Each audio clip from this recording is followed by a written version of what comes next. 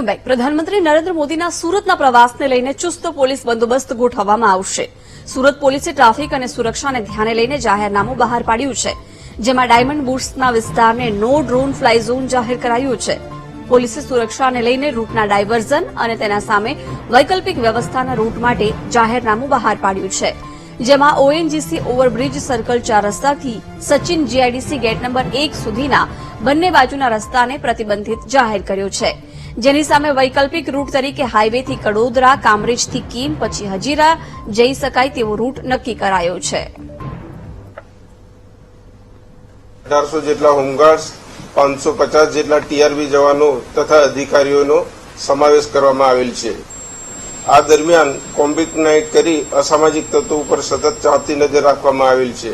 માન્ય વડાપ્રધાનશ્રીના બંદોબસ્ત દરમિયાન સમગ્ર કાર્યક્રમ વિસ્તારમાં નો ડ્રોન ફ્લાય જાહેરનામું બહાર પાડવામાં આવેલ છે।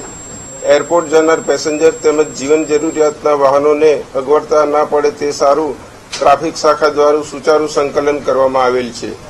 જાહેર જનતાના પોતાની રોજિંદી કાર્યક્રમ તથા કામકાજમાં અવરોધ ના થાય તે સારું અગાઉથી જ રૂટ ડાયવર્ઝનનું ટ્રાફિક શાખા દ્વારા જાહેરનામું બહાર પાડવામાં આવેલું છે, જે મુજબ 2 પ્રતિબંધિત વિસ્તારો જાહેર કરવામાં આવ્યા છે। તેમાં નંબર 1 ઓએનજીસી ઓવરબ્રિજ સર્કલ 4 રસ્તાથી સચિન જીઆઈડીસી ગેટ નંબર 1 સુધી આવતા જતા બંને રૂટ ઉપર ભારે વાહનોની અવરજવર કરવા તથા પાર્કિંગ કરવા પર તારીખ 17/12/23 ના રોજ કલાક 8:00 થી કાર્યક્રમ પૂર્ણ થાય ત્યાં સુધી પ્રતિબંધ રહેશે।